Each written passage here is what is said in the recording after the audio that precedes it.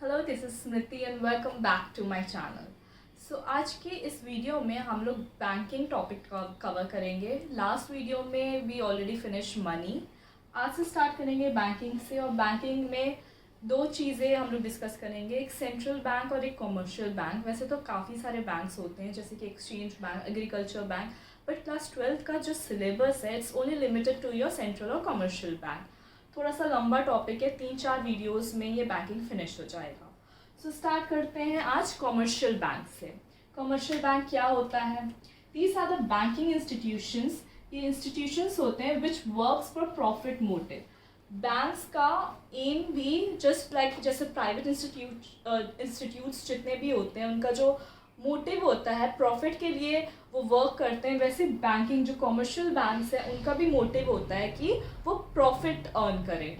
ठीक है, they accept deposits. जितने भी डिपॉजिट्स मतलब पैसे एक्सेप्ट करते हैं, जितने भी डिपॉजिट्स होते हैं, खाता जो बैंक अकाउंट्स होता है वो स्टार्ट करते हैं, हाउस होल्ड ये डिपॉजिट्स करता है, plus grants, loans and advances. जितने लोन्स है, ये जो जितना डिपॉजिट होता है बैंक अपने पास नहीं रखता है, वो उसको फर्दर इन्वेस्ट करता है। क्या करता है वो? लोन्स के तौर पे लेंड करता है आगे, वो एज अ फ्लो चलता रहता है। रेट ऑफ इंटरेस्ट, जिस रेट ऑफ इंटरेस्ट में डिपॉजिट किया वो कम होता है, और लेंडिंग रेट जो आपके लोन्स जो प्रोवाइड करता है वो रेट जो है वो हाई होता है। उसी तरह जो है बैंक क्या करता है, अपना प्रॉफिट अर्न करता है इस तरह से।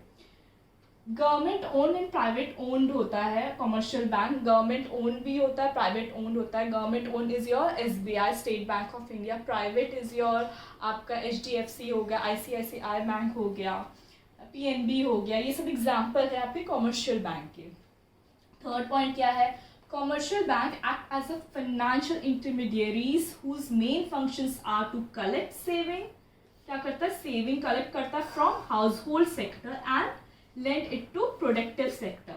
Financial intermediaries मतलब mediator, it act as a mediator between household and firm. Household से वो डिपॉजिट कलेक्ट करता है एंड फर्म को जो है एज अ लोन लेंड कर देता है। ठीक है, अब कुछ आपके बैंकिंग टर्म्स हैं। पहला है बोरोइंग रेट। बोरोइंग रेट क्या होता है? Rate of interest, INT is your interest at which commercial bank accept deposit. जिस रेट पे कमर्शियल बैंक इंडिविजुअल्स या हाउस होल्ड से डिपॉजिट एक्सेप्ट करता है उस रेट को कहते हैं बोरोइंग रेट। लेंडिंग रेट क्या होता है? Rate of interest at which bank lends out their reserves to investors. मतलब जितने भी इन्वेस्टर्स होते हैं उनको जिस रेट पे जो है लोन प्रोवाइड करता है, लेंड करते हैं, उसको कहते हैं lending rate. Third is your spread. Spread is important and ये 1 मार्क्स क्वेश्चन में 12th क्लास में आया है। First, it is the profit earn by the bank. जो प्रॉफिट बैंक अर्न करता है उसको कहते हैं spread. Actually spread is your, ये जो दो रेट्स हैं बोरोइंग रेट्स और लेंडिंग रेट, इन दोनों का difference between the two rates, आपकी ये जो बोरोइंग रेट्स और लेंडिंग रेट है इन दोनों का जो डिफरेंस आता है वो बनाता है प्रॉफिट, और वही चीज होती है स्प्रेड। समझ में आया? इतना होपफुली आपको समझ में आया। Functions of commercial bank. CB is your commercial bank. दो तरीके के फंक्शंस में डिवाइड किया गया है, एक प्राइमरी फंक्शन और एक सेकेंडरी फंक्शंस। प्राइमरी फंक्शन में वो सारे फंक्शंस आते हैं जो कि मोस्ट इंपॉर्टेंट फंक्शंस होते हैं कमर्शियल बैंक के, और बाकी सारे जो सर्विसेज प्रोवाइड करती है other than your primary functions वो सब सेकेंडरी फंक्शंस में आता है। प्राइमरी फंक्शंस में को भी दो टाइप में डिवाइड किया गया है। पहला है आपका एक्सेप्टिंग डिपॉजिट। ये बैंक का सबसे मेन फंक्शन है, accepting deposits and advancing loan. ये दोनों चीजें आती हैं आपके primary functions of commercial bank में। स्टार्ट करते हैं with accepting deposit. It is one of the oldest and the main function is to accept deposit from public. Public से जो पैसा अपने कस्टडी में बैंक लेती है उसको कहते हैं accepting deposits. Types of deposits में किस किस टाइप्स में जो डिपॉजिट्स होते हैं, किस किस फॉर्म में डिपॉजिट्स अपने अकाउंट बैंक अपने कस्टडी में लेती है, there are different types of deposit. पहला है आपका saving deposit. Saving deposit is your normal deposit जो हम आम पब्लिक जो है हाउस होल्ड जाके अपना पैसा जो घर पे ना सेव करके बैंक में सेव करते हैं उसको कहते हैं सेविंग डिपॉजिट। इसमें हम लोग को बहुत ही minimal amount of rate of interest भी मिलता है, इसलिए थोड़ा बहुत फ़ायदा भी है हमारा, तो हम लोग जाके बैंक में अपना अकाउंट खुलवा लेते हैं। Small interest to the depositors, इसमें जो है रेट ऑफ इंटरेस्ट कम है जो डिपॉजिटर्स जो हम लोग डिपॉजिट करते हैं पैसे।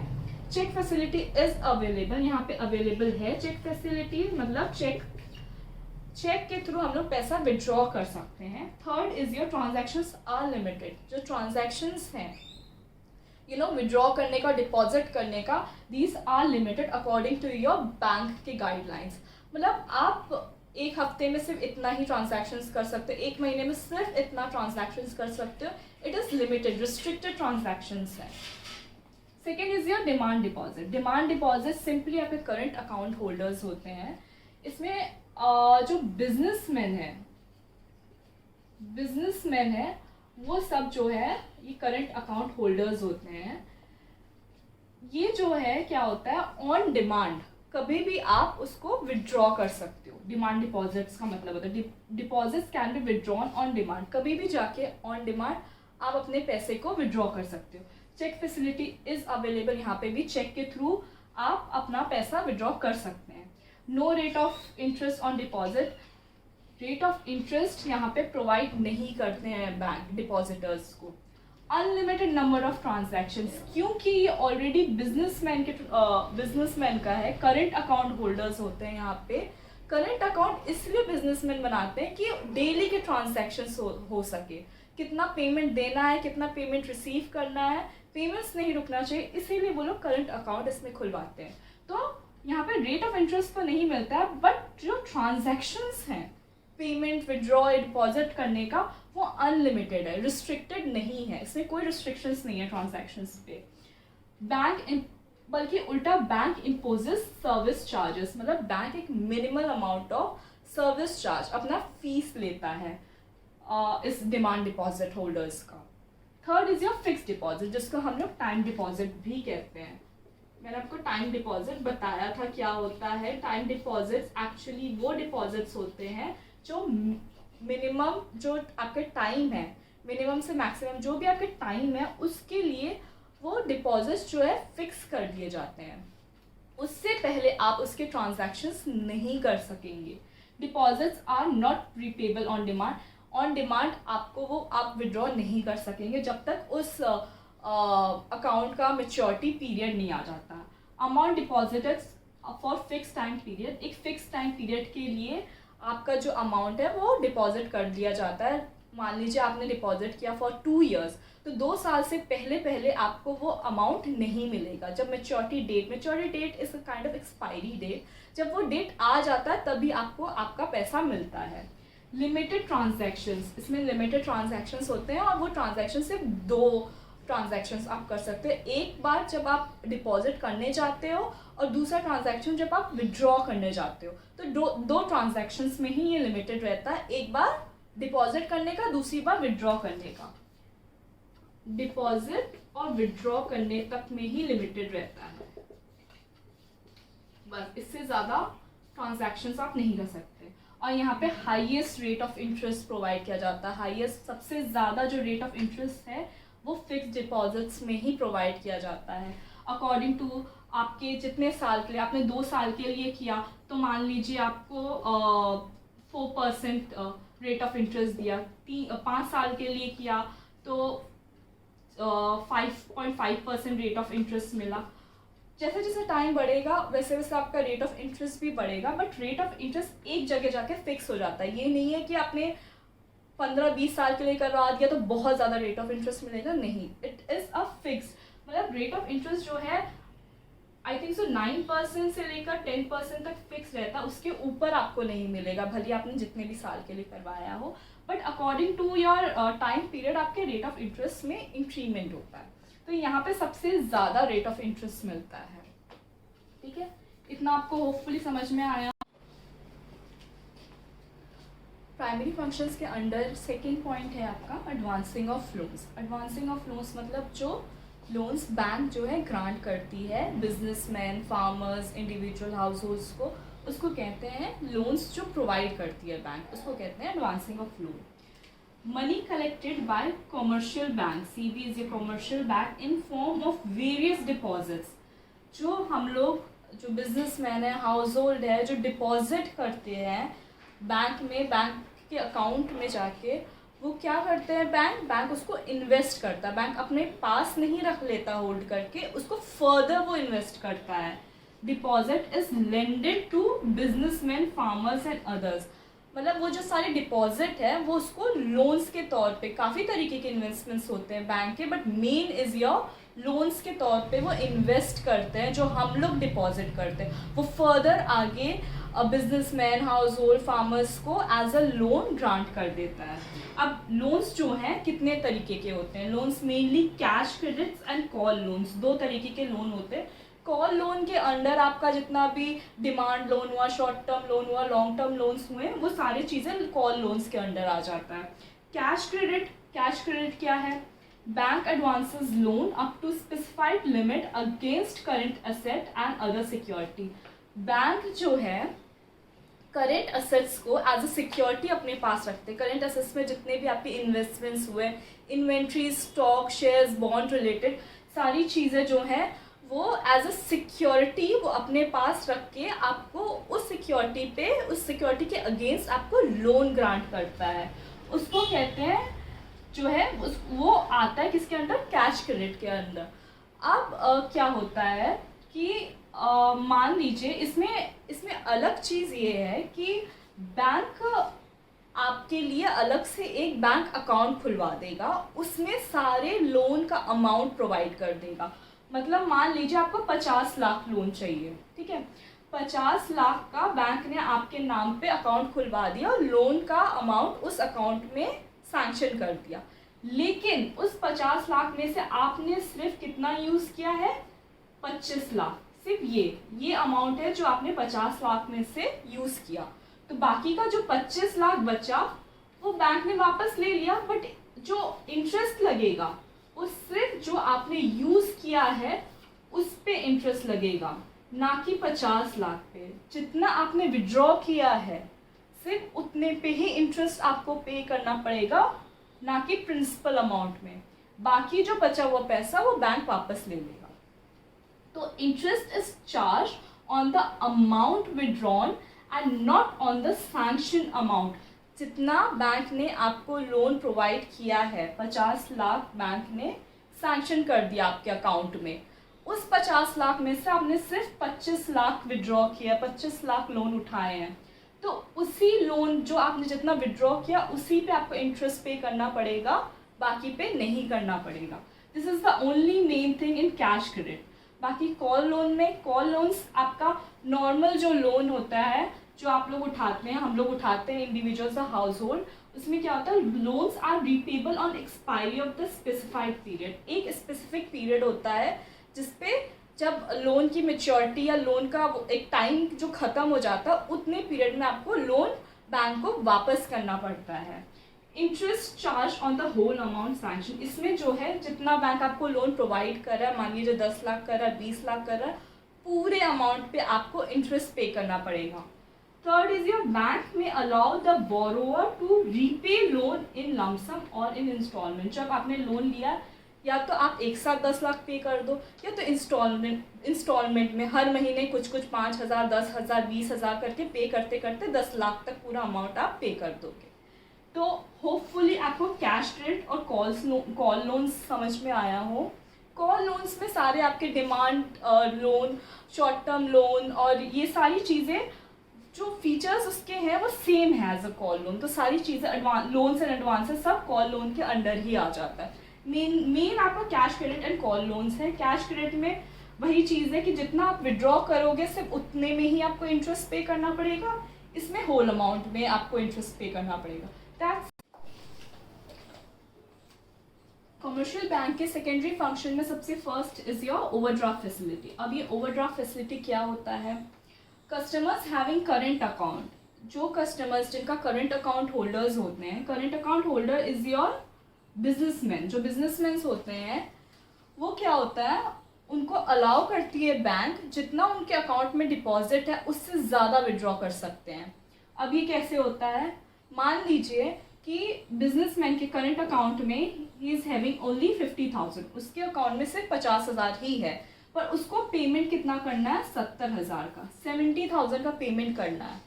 तो बैंक क्या बोलता है कि अगर आपको 70,000 का पेमेंट करना है, 50,000 ऑलरेडी है आपके पास, तो मैं आपको एक्स्ट्रा 20,000 दे रहा हूँ। ये जो 20,000 जो एक्स्ट्रा बैंक प्रोवाइड करता है बिजनेसमैन को, इसको कहते हैं ओवरड्राफ्ट। ये 20,000 इज योर ओवरड्राफ्ट, एंड ये जो फैसिलिटी है उसको कहते हैं क्या, ओवरड्राफ्ट फैसिलिटी। तो जब नेक्स्ट टाइम बिजनेसमैन को पेमेंट मिलता है, वो अकाउंट में पैसा जमा करता है, तो ये 20,000 बैंक उसमें से काट लेता है, डिडक्ट कर लेगा। साथ में इसी 20,000 पे है जो bank rate of interest charge करता है। जितना विड्रॉ किया जाएगा, जितना ओवरड्राफ्ट किया जाएगा, सिर्फ उतने पे ही बैंक इंटरेस्ट चार्ज करेगा। Customers having current account is allowed to withdraw more than he has deposited. जितना डिपॉजिट है उसके अकाउंट में, उससे ज़्यादा का विड्रॉ कर सकता है बाय ओवरड्राफ्ट फैसिलिटी जो बैंक प्रोवाइड करती है। Interest is charge on the amount withdrawn. जितना वो विड्रॉ करेगा एक्स्ट्रा, 20,000 उसने एक्स्ट्रा विड्रॉ किया, तो इसी पे रेट ऑफ इंटरेस्ट चार्ज करेगा बैंक। ये समझ में आया। Second is your discounting bill of exchange. Discounting bill of exchange क्या होता है, holder of the bill of exchange, जिसके पास ये बिल होता है, जो ओनर होता है बिल का, gets money immediately by the bank before the maturity of the bill. अब मान लीजिए बिल की मेच्योरिटी डेट है, जब मतलब मैंने आपको बताया था कि मेच्योरिटी किसे कहते हैं, एक तरीके का एक्सपायरी डेट होता है कि इस डेट पे आपका बिल मेच्योर होगा, इसी डेट पे आप अपना पैसा ले सकोगे। लेकिन मान लीजिए मेच्योरिटी 1 महीने बाद की है, बट पेमेंट तुरंत का तुरंत होना है, तो जो होल्डर ऑफ द बिल है वो बैंक के पास जाता है, he hand that bill to bank. तो अब बैंक क्या करता है, तुरंत का तुरंत उसको पेमेंट दे देता है। अब जब नेक्स्ट बिल मैच्योर होगा, तो जो भी जिसने भी ये बिल एक्सेप्ट किया होगा, उससे बैंक बाद में जाके अपना पेमेंट ले लेता है। इतना समझ में आया। Third is your credit creation. Credit creation is a very important topic. Credit creation और ये बहुत ही मेन फंक्शन है बैंक का, क्योंकि bank aims at earning profit. Bank profit के लिए काम करता है, ठीक है। इंपॉर्टेंट फंक्शन ऑफ बैंक है कि ये प्रॉफिट के लिए, प्रॉफिट अर्न करने के लिए बैंक अपना काम करता है।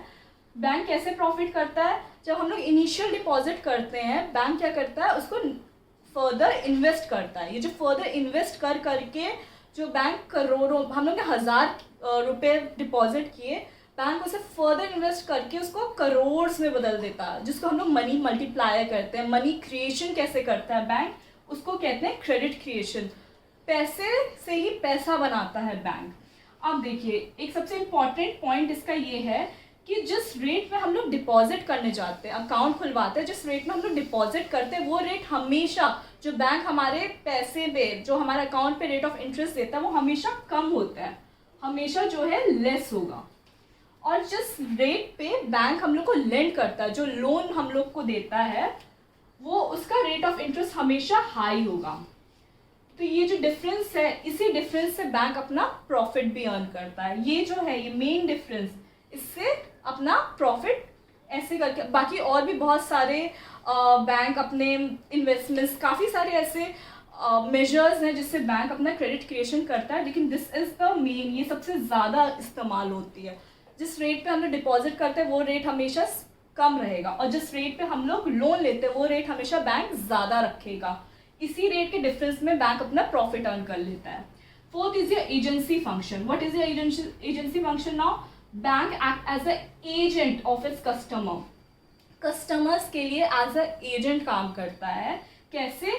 Collecting and paying of cheque. किसी को चेक में पेमेंट करना होगा, किसी का चेक को कलेक्ट करना होगा, तो बैंक आपके बिहाफ से कर देता है। ड्राफ्ट्स एंड डिविडेंड्स, जितने भी, ड्राफ्ट इज योर या ओवरड्राफ्ट फैसिलिटीज जो भी प्रोवाइड करता है। Dividends is your profit, shares पे जितना भी शेयर्स बाय करना हो, शेयर्स जो है सेल करना हो, बैंक आपके बिहाफ पे कर देता है। फीस हुआ, रेंट हुआ, बिल्स वगैरह जितने भी हुए, टैक्सेस हुए, होम टैक्स, वाटर टैक्स वगैरह, बैंक आपके बिहाफ में पे कर देता है। उसको कहते हैं agent function, agency function. Income tax consultant, in fact bank जो है अब इनकम टैक्स कंसल्टेंसी भी करने लगा। इसका मतलब ये है कि बैंक ऐसे सॉल्यूशंस आपको प्रोवाइड करता है जिससे आप अपने इनकम टैक्स को कैसे बचा सकते हैं। और तो इन सब के लिए बैंक जो है फीस भी चार्ज करता है, लेकिन वो फीस बहुत मिनिमल होता है और किसी किसी फंक्शंस में बैंक फ्री ऑफ कॉस्ट कर देता है, किसी किसी में फीस चार्ज करता है। Fifth and last is your miscellaneous services जो बैंक प्रोवाइड करते हैं। क्या क्या मिसलेनियस सर्विसेज है? Act as a custodian of valuables. आपकी जितनी भी वैल्यूएबल चीज़ें हैं बैंक अपने कस्टडी में सेफली एंड सिक्योरली रखता है और टू इट्स कस्टमर। जैसे लॉकर सिस्टम प्रोवाइड करता है, अब उसमें आप अपने ज्वेलरीज, बहुत लोग अपने ज्वेलरीज घर पे नहीं रख के बैंक के कस्टडी में, बैंक के लॉकर में रखते हैं कि सेफ रहेगा, सिक्योर रहेगा। घर के कागजात जितने भी हुए, पावर ऑफ अटॉर्नी जितने हुए, सब उस बैंक के लॉकर में रहता है। Help in collection of funds from public जो फंड्स रेज करती है उसको कलेक्ट करने में बैंक हेल्प करते हैं। जितने भी चैरिटीज़, डोनेशंस जो पब्लिक करती है फंड रेज करने के लिए, ह्यूमैनिटी के लिए, ये सब बैंक जो है उसमें हेल्प करती है कलेक्शंस में। Publish journals and provide information about money market and business trend. कुछ बैंक, सारे बैंक्स नहीं बट कुछ बैंक्स अपने जर्नल्स जो है उसको पब्लिश करती है, जिसमें जो मनी मार्केट का क्या सिचुएशन है, बिजनेस ट्रेंड्स क्या चल रहे हैं, उसके बारे में एक इंफॉर्मेशन प्रोवाइड करती है। तो ये हुआ आपके 5 पॉइंट्स सेकेंडरी फंक्शंस के कॉमर्शियल बैंक के। होपफुली इतना आपको समझ में आया हो।